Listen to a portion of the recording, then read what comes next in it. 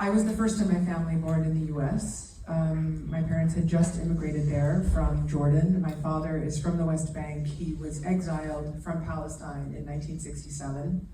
So he automatically became a refugee, and it took him about 10 years to get foreign citizenship in order to return just to visit his family and the only home he'd ever known. And by that point, you know, I had been born and was able to, you know, had the benefit of traveling to Palestine to visit quite often. My parents took us back to Palestine and Jordan often, which is where a lot of my family is, both places, mostly Jordan now though. And so I watched my father, you know, humiliated at borders and checkpoints. We were held at borders and checkpoints. One of my first memories traveling to Palestine was I was 8 years old, and we were held at the border between Jordan and the West Bank for 12 hours. All of us were strip searched, including my baby sisters, who were 1 year old and 3 years old. And my father was quite humiliated and confronted the soldiers, and they started screaming at him, and I was 8 years old and thought they were gonna kill him. So this was one of my first memories of understanding what it really, like, what it means to be Palestinian.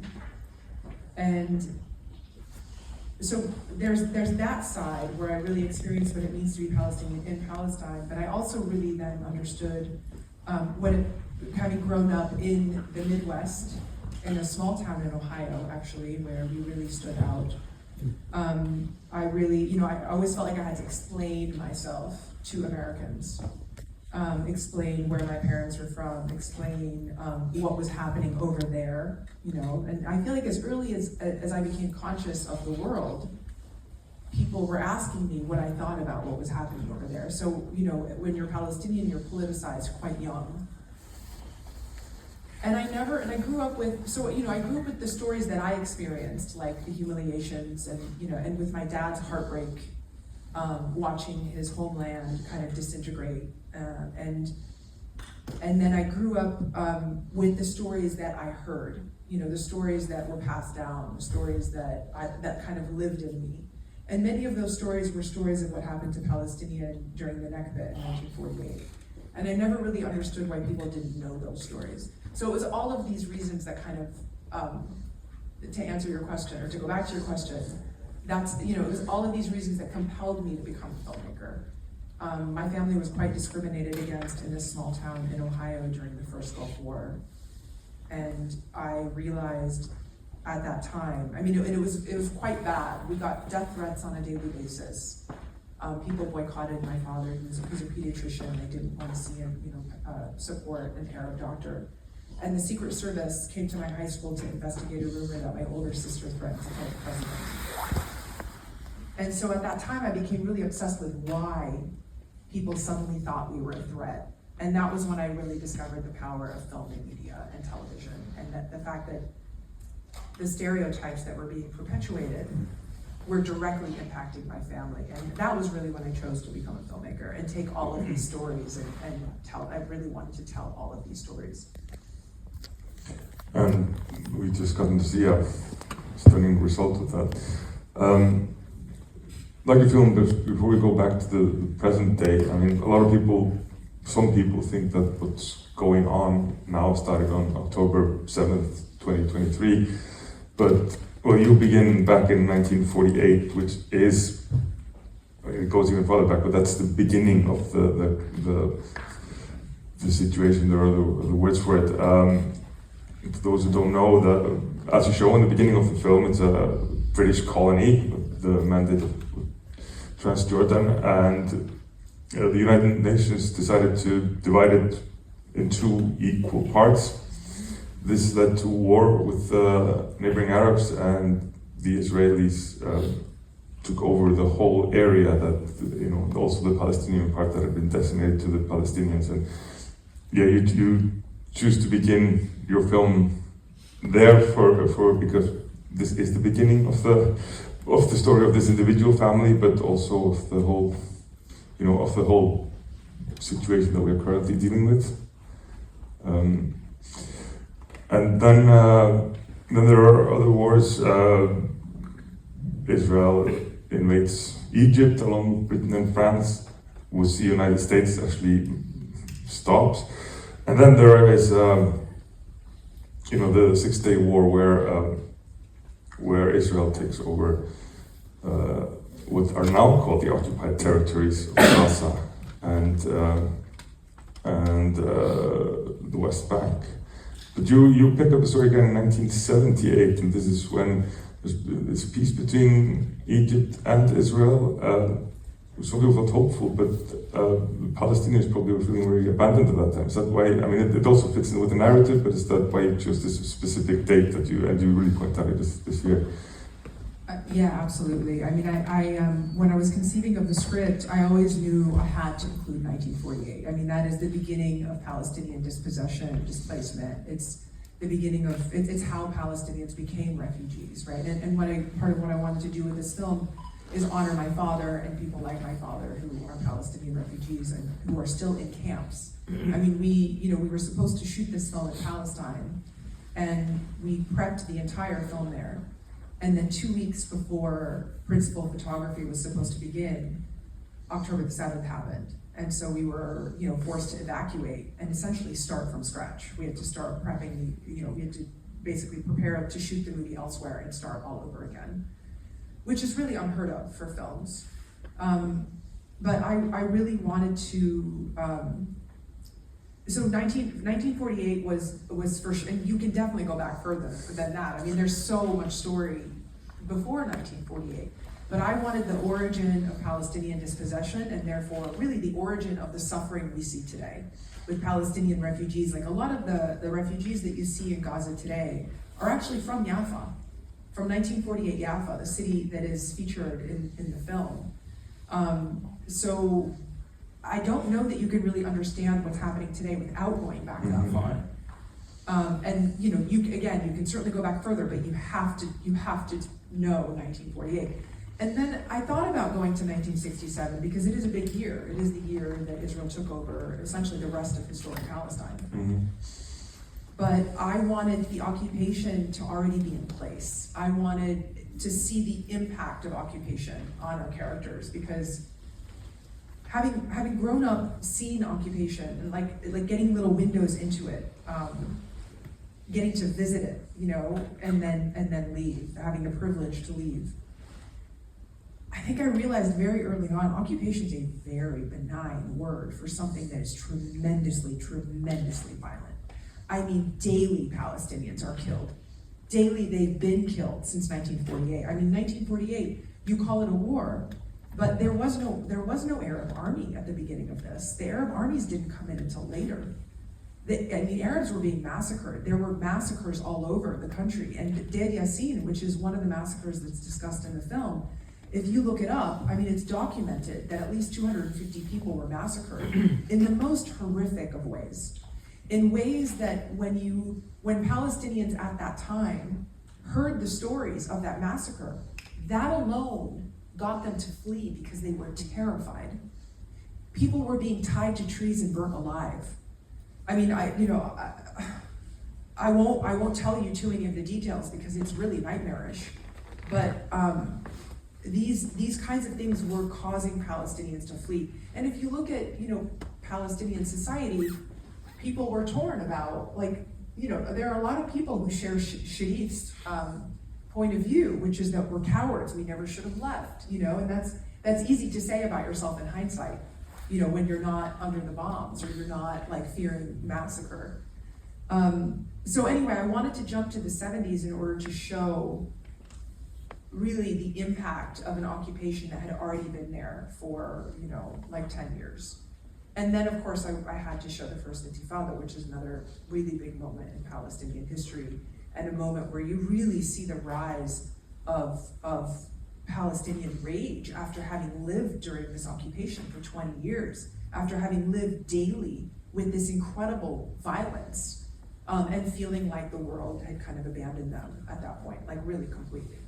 Yeah. And then, of course, the movie ends in 2022. It was supposed to end in present day, but I really, after October the 7th and everything that followed and kind of the genocide that we're in, I wanted to show that all of these things happened, long before 2023. Yeah, and I mean, some people call what's happening today a war, but genocide would be a more accurate term. Can I just ask, where did you shoot the film? We ended up shooting, so after we fled, we went to Cyprus. We shot about 10% of the film there. We shot more than 50% in the refugee camps in the north of Jordan.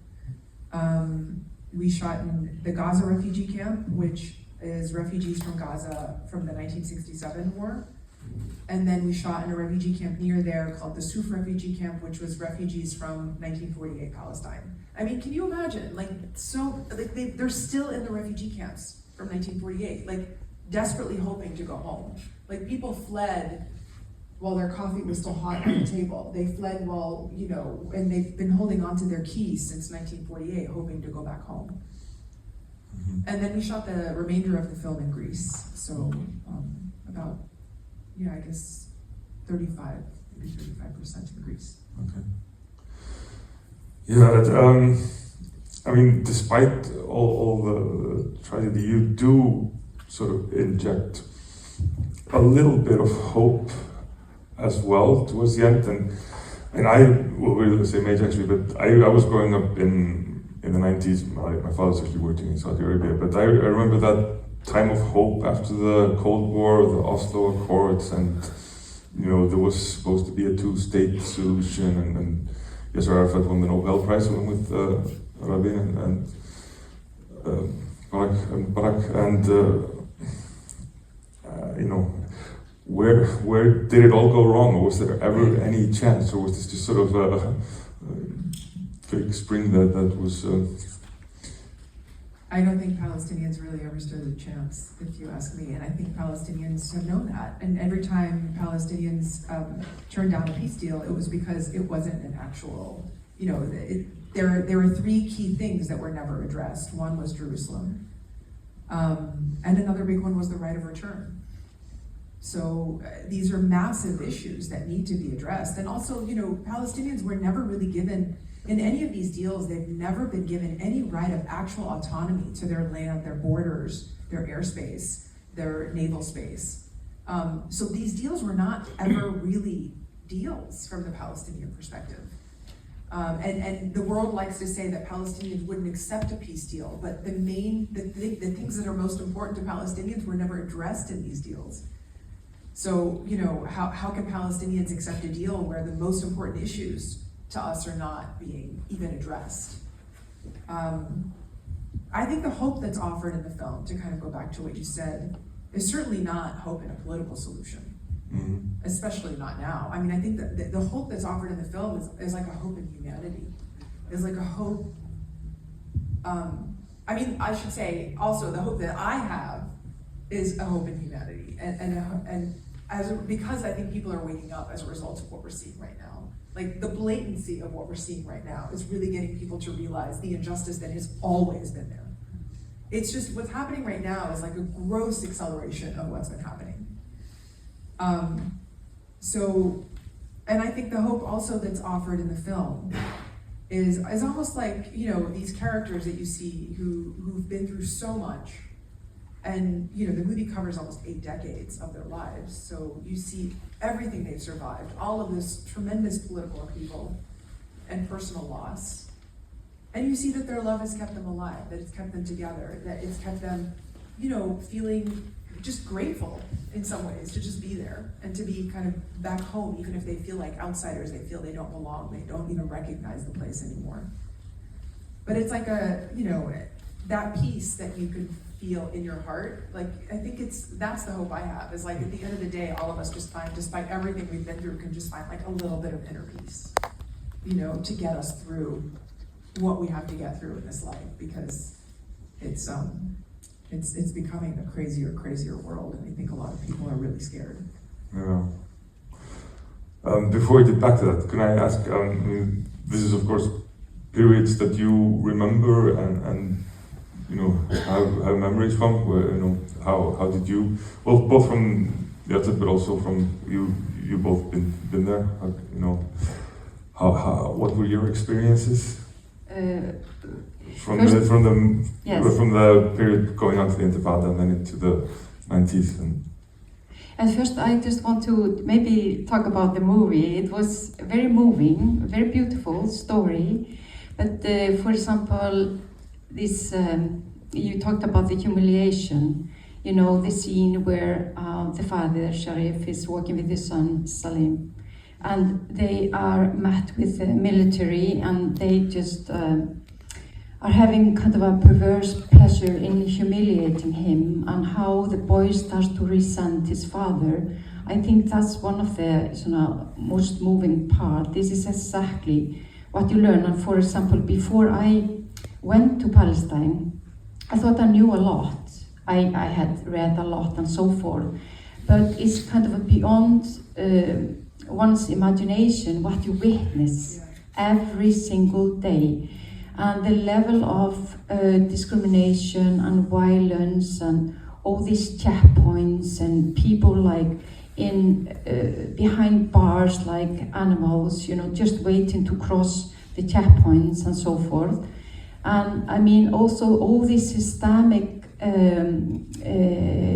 depopulation, like in East Jerusalem, for example, like with house demolition. I mean, you know, Jerusalem annexed by Israel, they are the only one controlling it. Palestinian family has a land, they never get a permit to build. They still build eventually a house, and they live there, family of maybe like 24 people, have lived there for 11 years. This is what I witnessed when I was there. Then they get 24-hour notice that the house will be demolished because they built illegally. They live in tents provided by the Red Crescent for 3 months on the next to the rubbles of their house. They are fined for building illegally. They also have to cover the cost of demolition. The father, who's the sole breadwinner, he cannot pay the fines, so he goes into jail. And the family is displaced and have to find some place to live and have lost their, you know, breadwinner until, you know, he's released from prison. And also where mothers are turned into prison guards, you know, like teenage boy. You know, they go, they throw stones maybe at the soldiers, then they are arrested, they are taken back to their homes. They are maybe supposed to be there in confinement for like 2 months. There was this one mother who was once telling where she was like guarding her 14-year-old, and he was resisting and, you know, objecting to this, trying to go out, as he was so concerned that then he would end up in Israeli jail. So she started to hit him, and she hit him so hard that eventually he lost consciousness. He survived it, he was not, you know, but this is what the occupation does, you know, and the Israeli military, and this exactly, you know, I felt that you showed so well the implications it has on families and relationship within families, like with his son starting to resent his father, who being a coward and not standing up against them, and he's thinking about their safety. So this is really what is so well captured, because really, like, the devil is in the details when it comes to this horrible situation which is there, and it happens every single day. Yeah. And the violence is not just physical; it's psychological violence. Psychological, yes. It's And about the psychological level, for example, you know, like Israeli, they are the most advanced military state in the world, and they are specialists when it comes to non-lethal weapons, like rubber bullets and so forth. And I remember first time I went to a meeting in Bethlehem, and there was this really bad sewage smell in the air. And I was wondering, you know, it kind of infiltrated everywhere. You felt like sewage and smell of sewage. Then they had been using these water pumps on some protesters, and they basically add this skunk water. Yeah, they add it to the water, and it's linger in the air for maybe 1 or 2 weeks. You know, like so it's just to humiliate, basically. I've seen many films about Palestine. I think this is one of the best, maybe the best. I really liked it. Yeah. There's one scene which there is the mother. She's talking to one of the who got the parts. I think the heart. And you are talking to him and telling something, And then he says, you have to think about our pain. And this is the situation where the Israelis, they see themselves as the victims. They, Israel is born from Holocaust and the Nakba. So it's never been regular or just a normal state. It's always been on the warpath. But they always have presented themselves as the victims. And now when we see what Zionism does, as we are living through the hell or seeing the hell in Gaza, now it has been exposed to the world. What the people, for example, in the film have been living through, although it was before October the 7th. I was in Gaza in 2009 after one big attack, and I saw a lot of ruins. And I thought, wow, this is hell. Those parts of Gaza I was traveling through. But now there's nothing left of we were filming actually in Gaza. And I don't think there's anything left of what we were filming. So the situation, I think the world is awakening. There are many states now, although it's a very small step to say that they accept Palestine into the nations as a state. It's a very small step, and it's not going to change anything for the mother in Gaza who has to look on her children starving. It's not going to change that. There has to be something else done, and there has to be a very strict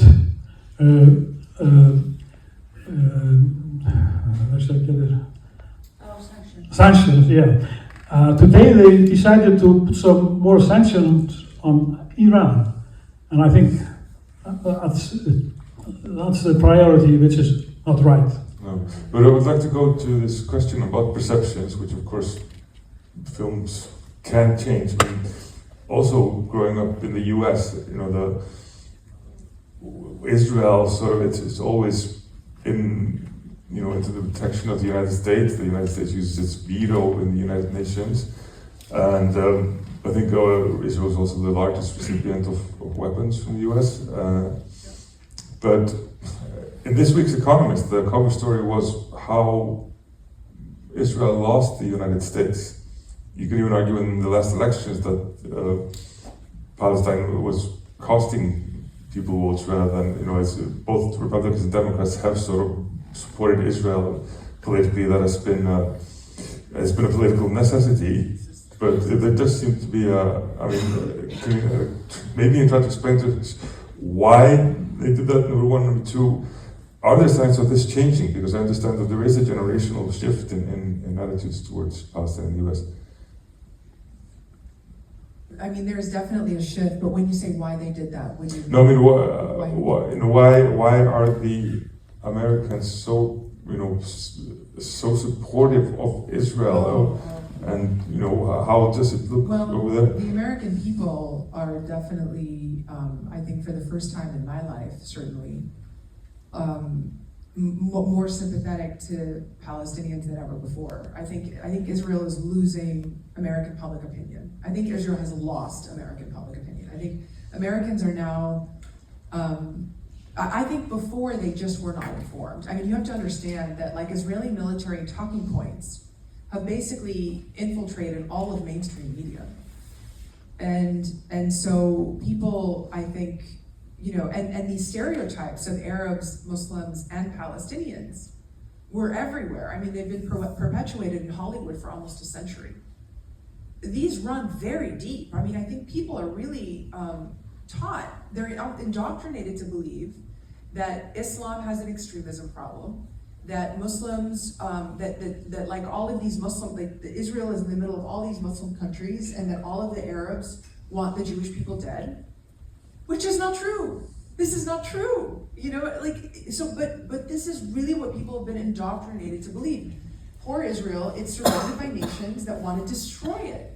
It needs the US in order to survive, and And we have to protect Israel because it's the safe place for the Jewish people. But no one really understands how it was built, like what had to happen to the indigenous population in order to create a Jewish majority state. You know what I mean? And at this point, and one of the things that, I wanted in this film is for people to see that for the Jewish people to be safe, the Palestinian people have to be safe. For the Palestinian people to be safe, the Jewish people have to be safe, like Israelis have to be safe. Like at this point, our safety is intertwined, whether we like it or not. Whether we want to believe that or not, it just is. So I think the American people are definitely seeing that, and I think they're really starting to question why in the world American tax dollars are paying for the violence they're seeing. And that's in large part because of social media. Social media has really allowed people to see the reality. And and mainstream media continues with the lies. Palestinians died, Israelis are killed. It's language is everything. If you look at the headlines and you study the way headlines are written, the vast majority of the time, there's been studies done, Israelis are killed or murdered, Palestinians, they just die. We don't know how, we don't know who killed them, they just die. Maybe it's natural causes, we don't know. So, Palestinians have just been vilified to the point of who can even believe it anymore? It's so caricature and ridiculous. As far as the government is concerned, maybe you guys can speak more to, the American politics than I can when it comes to the government. I don't personally get it. I don't think that the American government is protecting Israel for love of the Jewish people or Jewish safety. I think they're protecting their own pockets. I think they're protecting their own interests in the region. I don't think it's about the safety of human beings, which is absolutely 1000% what it should be. World leaders should actually be looking after the safety of human beings. But, it might not help the Palestinians today, but do you think that there is actually hope in changing perceptions, that people's perceptions can be changed, then the Palestinian situation could improve? I think people's perceptions are definitely changing and people are waking up, but the people in power are not. I think it's because their interest lies in continuing the situation. You know what I mean? They're looking after their own personal interests. But I think that people are waking up in such large numbers that I can only hope that at some point the numbers will be so large that it has to stop. Look at 2 years of this genocide that we've been watching. We are coming up upon 2 years. And you see children massacred, more than 50,000 killed or amputated or maimed, and that's just children. I don't know where we would accept this situation anywhere else in the world. I just don't think anyone would. I don't think any government would.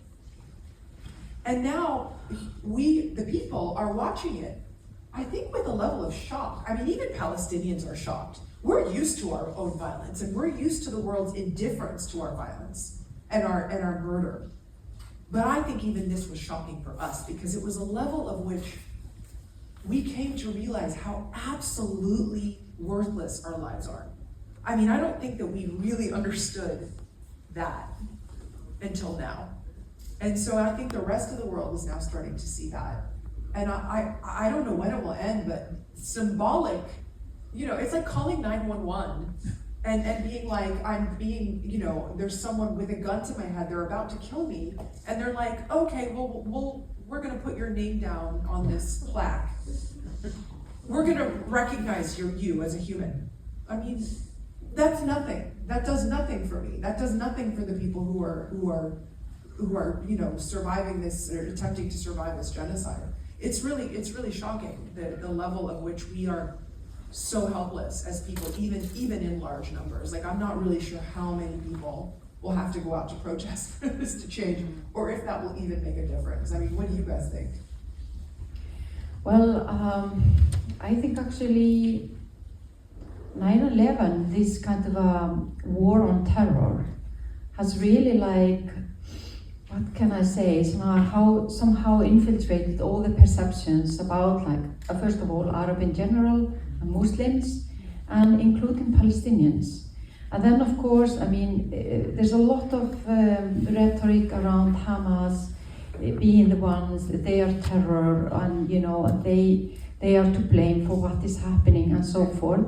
And on some kind of a very deep level, people are somehow accepting that this is the pay you need to price.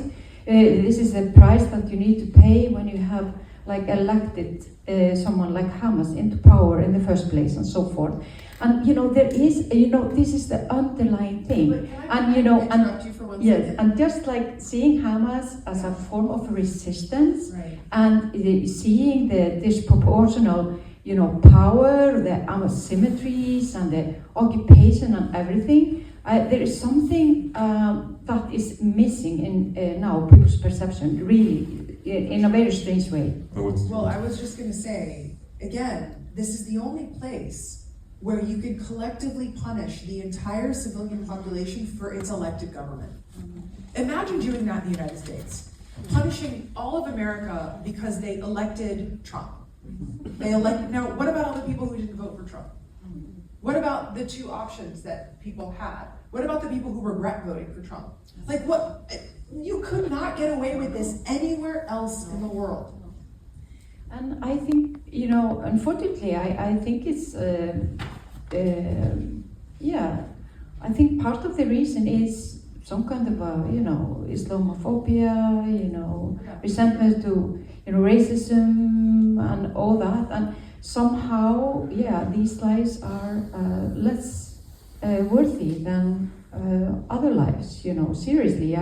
This is how I feel about this, really, because, we see what's happening. More than 80% of those who are killed are civilians.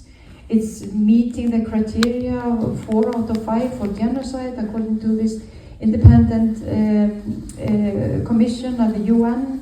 Still, there is no action. And then it's also this complicated relationship with the US, everyone waiting for the US, what are they gonna do? Now the US has said, no, Israel is not gonna annex the West Bank, and putting Tony Blair and turning Palestine again into a protectorate, basically. Going back to the colonial design. And also just to again speak to the Hamas of it all and Gaza. Gaza had been under siege for 17 years. And Gaza had been bombarded in 2001, in 2014, in like 2007. And I mean, you can, there's a whole generation of children who grew up with one war after another, one bombardment after another. Kids whose families were wiped out from 2021.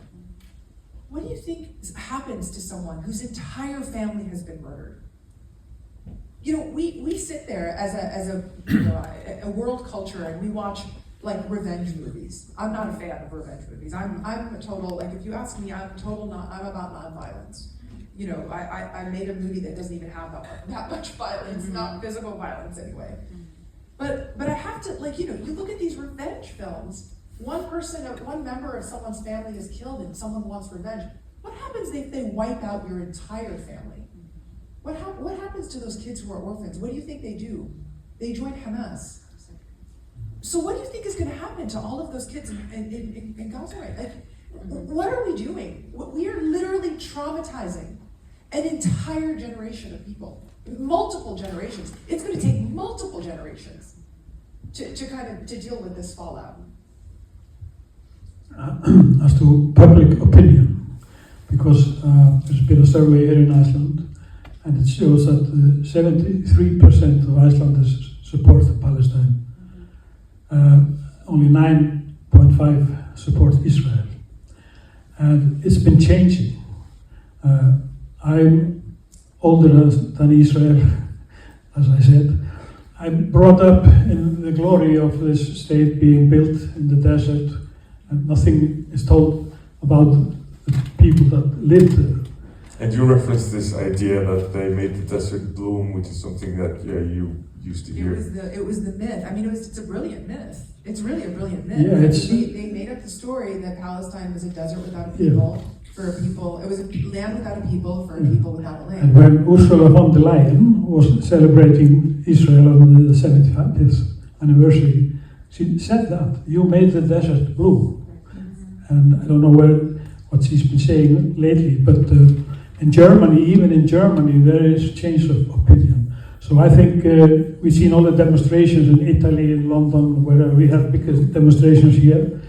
So I think the tide is changing. There is a sea change, and I hope it will bring, for example, the Icelandic government to do something more than to ban 2 ministers from Israel who are not coming here anyway. They are not allowed. They announced 4 things that the whole government was going to do, and they are all meaningless, really. Slovenia also banned Netanyahu from coming, not that he was going to, but you know, it's symbolic. I mean, do you think that, I mean, now you're hearing at least the idea of a 2-state solution being touted again, which you haven't heard in a while, but I've talked to Palestinians who told me that just the practicality of this, because they're settlers settling on land where other people live, but because of these settlements, they've sort of torn the West Bank apart, that it's no longer viable as a state. So on the one hand, a 2-state solution would seem to be the only possible solution, but also an impossible one, practically. So I've always been the proponent of a 1-state solution, 1 state for all its people. You know, I think that's really the only solution. Anytime a 2-state solution has been proposed, it has never given Palestinians autonomy over their borders, over their land. It's never given them control. So it's not really a 2-state solution. And then on top of that, yeah, I mean, Palestine, you know, the West Bank, it's been divided into basically ghettos at this point.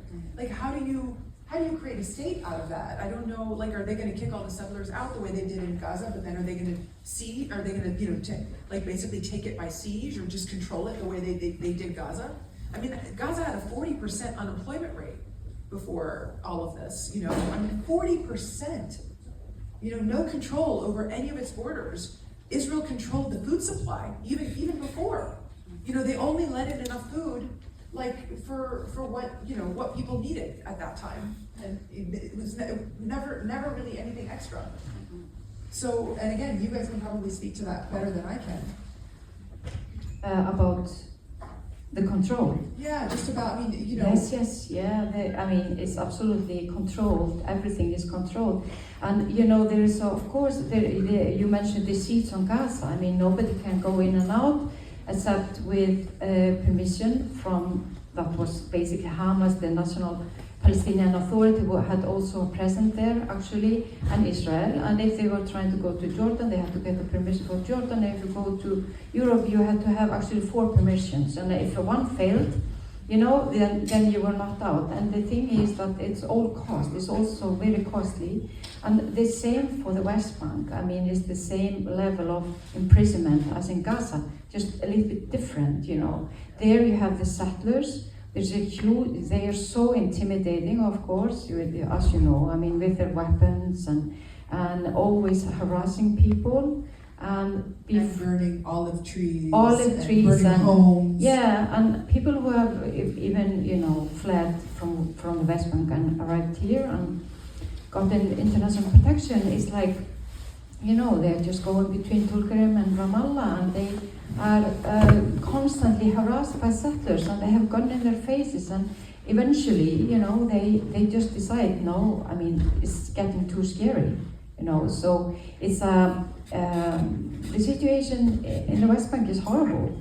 I mean, 1993 there were 150,000 settlers. Now there are around 700,000, also including East Jerusalem, and with like 700 checkpoints and you know, harassment and perpetual level of insecurity every single day. Yeah, and I think your film shows quite well how, you know, this day-to-day humiliation that doesn't make it onto the news, but this is what people have been doing with for That's right. generations, which you also showed. Yeah, absolutely. And the 700 checkpoints, like even just 10 years ago, were 500 checkpoints. So it's getting worse and worse and worse as time goes on. And these 700 checkpoints are inside the West Bank. They're not for people to leave the West Bank to go into Israel proper.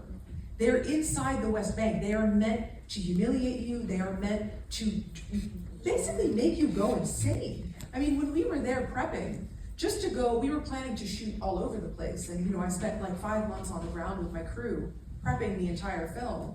And just to go from Ramallah to Nablus, which should take an hour and a half, we had to go through 3 checkpoints. 3 checkpoints to go from one Palestinian city in the West Bank to another Palestinian city in the West Bank. So a drive that should take maybe an hour and a half could take you 4 hours. I mean, what is the purpose of this other than literally to make you go mad? And as to the two-state solution, now all the neighboring countries, Israel is constantly attacking them. It's about 7 countries around that have been attacked. So how would the life of an independent Palestinian state be the neighbor to this warring nation? And I think there's no future in the two-state solution.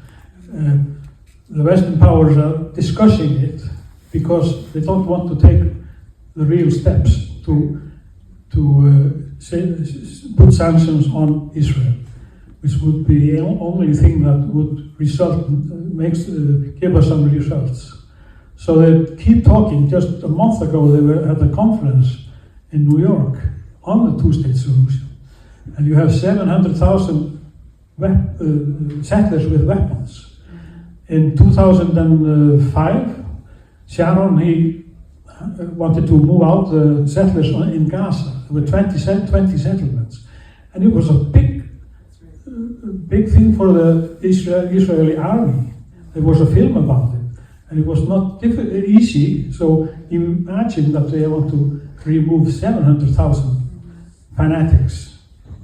So maybe, because we don't have much time, is there any question from the audience? Yes, please. Thank you for this beautiful film. And I want to say that starting it with a poem and ending it with the same poem was for me a big, it touched my heart.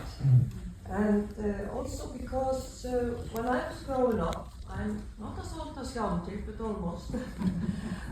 We grew up with a very beautiful poem written with the words of an Israeli soldier who had just shot a little girl dead.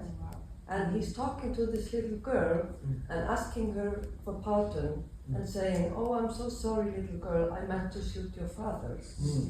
And I think poetry is always a good way to touch your heart. So I really like that in the film. And another thing that sits with me is the sentence when they are sitting there talking to the priest. Yeah, and he says, humanity is also resistance. And I thought that sentence was so strong. I've been, makes me wonder, a military nation like Israel, where everyone is a soldier really, from a young age, have they lost their humanity?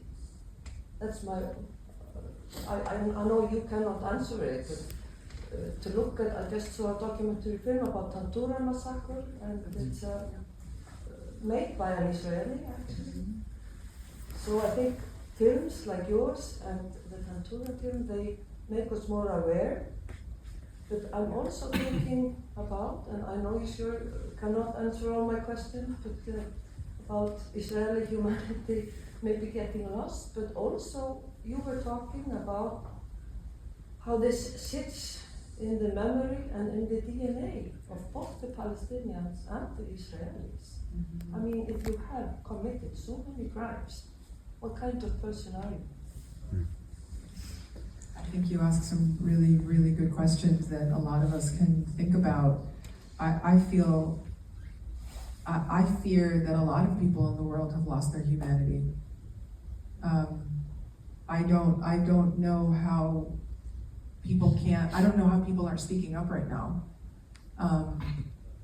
I understand people feeling helpless, but I know that there are a lot of people who fear speaking up. I know there are a lot of people who are silencing Palestinians. I know that the entire film industry in the US is terrified of picking up a Palestinian film right now. I think they've lost some of their humanity, to be honest. I think that, I think that there are a lot of, but you ask a really good question. I don't know enough about Israeli society, but I think that you touch upon something really interesting. Can I say something? Because I am from Israel. First of all, it's ridiculous that I have to come to Iceland to see a Palestinian film, to hear the Palestinian story. This is why I came to see your film. And it's a beautiful film. You can criticize it for many things, but it is a beautiful film, it is a moving film, and for me it's very interesting. And to answer your question, not all Israelis have lost their humanity. You have in your film, in a small part, an Israeli actress who plays the... Yes. She plays the family services coordinator, and yeah, she's wonderful. And she is, not 𝗼𝗺𝗁, she is an activist. And there are a lot of demonstrations every week, sometimes every day in Tel Aviv, in Haifa, against this terrible government. And not all Israelis have lost their humanity, but yeah. No, that's for sure. That's for sure. I am quite ashamed to be an Israeli right now. Yeah. And You're not the first Israeli I've met who has said that, by the way. So not all Israelis have lost their No, for sure, but I do think that perhaps a good percentage of them, you know. Well, if you've been to Tel Aviv while you're prepping, maybe you saw the demonstrations. They are huge. Yeah, but you know, things were really bad even before Yeah. October the 7th, and for Palestinians. And Yeah. so I do think that, look, I think also, to be totally fair, because I hear what you're saying, I think that a lot of Israelis, sadly, are really indoctrinated. Like, I think that some of them have never even seen the separation wall, the apartheid wall, because the wall is on Palestinian land. It is actually designed that way so that Israelis don't have to see it. And you know, Israelis are not supposed to go to the West Bank. It's illegal for Israelis to go to the West Bank or to go to Gaza. They're like, the Israeli government does not want the Israeli people to see what is happening, even despite the fact that they go to the army, so they see it for themselves, really.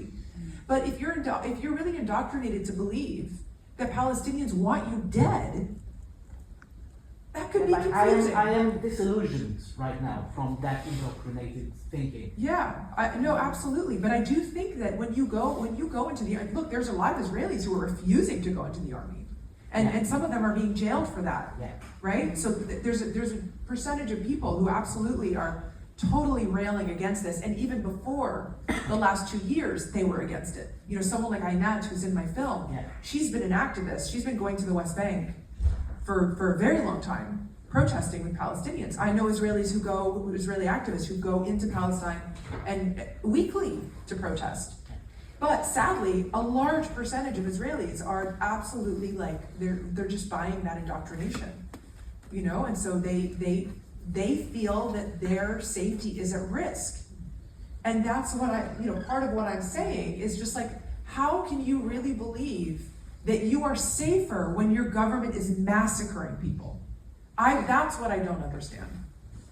Sorry, we're almost out of time. Could I just ask you finally, what could we here do to somehow support Palestine? Because people are wondering, you know, we shouldn't compete in Eurovision if Israel is there, and that's all well and good. But you know, what do you think that would be, you know, the most important, something that we here can do? That's a very good question, and I want you guys to answer this as well, because I think you're going to have more concrete steps than I will. I would say, like, lobby your government, because that's the first. I mean, I think we just need more. I think world leaders need to step up to end this. I don't think there's really any other way to do it. I mean, go out and protest. You know, do whatever you can politically. But also, you know, there's a lot of humanitarian need right now. If you have the means to donate, like, you know, please do it. Please find reliable sources. Support Palestinian stories. You know, if you like this movie, tell people about it. I don't know if we're going to be out in theaters in Iceland, so maybe don't tell them because I don't know how they'll get to see it. But really, whatever you can do to support the telling of the Palestinian narrative, the telling of the Palestinian side of what is happening now, what happened in the past, to really get the truth out there. So that's what I would say. Support Palestinian voices, and also, you know, speak up when you can. Yeah, Iceland, we are a small nation, so there is not much distance between people. We had over 150 demonstrations and all kinds of happenings. And because there is this distance I'm talking about, I've been in 3 meetings with the ministers, the foreign minister and the prime minister. Eventually they came out with these 4 things they want to do, which are meaningless. But our main object now in the association, the Iceland-Palestine Association, is to pressure our government, because that is our way of having some global possibility of a global impact. Or even though we are a small nation, we have a voice and we must use it, and we are pressuring the government to really do something which makes some difference. Absolutely. So, we are out of time. Thank you very much. Thank you for your Thank you. very powerful film, and everybody support Palestine in any way you can. And thank you so much for coming. Thank you.